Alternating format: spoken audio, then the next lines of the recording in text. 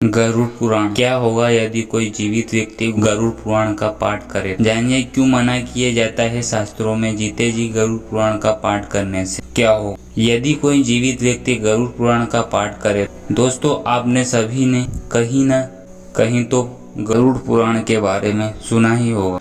गरुड़ पुराण भगवान विष्णु को समर्पित है और उनके ज्ञान और शक्ति का अध्ययन है। हिंदू धर्म में सबसे प्रसिद्ध धार्मिक ग्रंथों में से एक गरुड़ पुराण है। 18 पुराणों में से एक माना जाता है। गरुड़ पुराण में मनुष्य के जीवन के बारे में कई बातें बताई गई हैं। स्वर्ग, नरक, पाप और पुण्य सभी गरुड़ पुराण में शामिल नहीं है। ज्ञान, विज्ञान, नीति और नियमों सहित विभिन्न विषयों पर चर्चा की जाती है। गरुड़ पुराण में 2 रहस्य छिपे हुए हैं, मृत्यु का रहस्य और जीवन का रहस्य। गरुड़ पुराण में अनेक प्रकार की शिक्षाएं हैं। गरुड़ पुराण में मृत्यु को पूर्व और मृत्यु के बाद दोनों अवस्था में वर्णित किया गया है।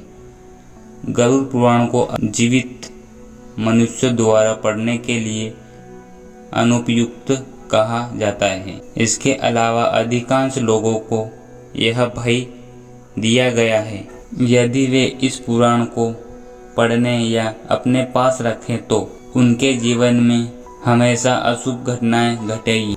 लेकिन अगर मेरी माने तो यह सच नहीं है, क्योंकि मैं आपको गरुड़ पुराण के बारे में एक महत्वपूर्ण रहस्य बताने जा रहा हूँ और इस रहस्य को जानने के बाद आप इसे पढ़ने से डरेंगे नहीं। जैसा कि गरुड़ पुराण में वर्णित है, भगवान विष्णु अपने वाहन गरुड़ के साथ बातचीत कर रहे थे जब परिवार के किसी सदस्य की मृत्यु हो जाती है या जब कोई व्यक्ति अपनी मृत्युशैया पर होता है तो अक्सर गरुड़ पुराण का पाठ किया जाता है और यह सब देखकर भय का आभास होता है कि उसकी मृत्युशैया पर व्यक्ति गरुड़ पुराण है। गरुड़ पुराण के आरंभ में इसके पाठ का महत्व बताया गया है, इसलिए न तो इसका पाठ किया जा सकता है और न ही इसे अपने पास रखा जा सकता। इस पवित्र पुराण का पाठ करने से जीवन, ज्ञान, यश और यश रूप लक्ष्मी, विजय और आरोग्य प्राप्त होता है। इसका नियमित रूप से पाठ करने या सुनने से सब कुछ जानने और अंत में स्वर्ग की प्राप्ति होती है।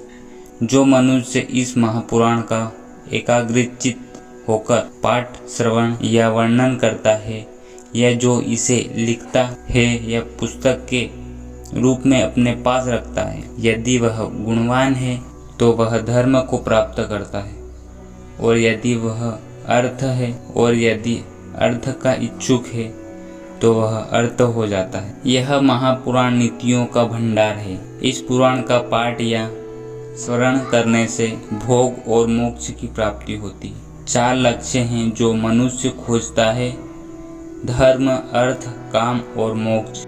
एक महापुराण इसमें से प्रत्येक खोज को पूरा करता है। इस महापुराण का पाठ करने या सुनने और मनोकामना करने वालों को पुत्र की प्राप्ति होती है और मनोकामना पूर्ति का इच्छा रखने वालों को सफलता प्राप्त होती है। बांझ स्त्री को पुत्र होता है, कुंवारी कन्या को सज्जन पति और क्षमाशील चरित्र होता है और सुख भोगने की इच्छा होती है। विजय गोसु जीत जाता है और विशुद्धि ब्रह्मा इत्यादि के पाप से मुक्त हो जाता है। अंत में आपको वीडियो को लाइक एंड सब्सक्राइब करना है।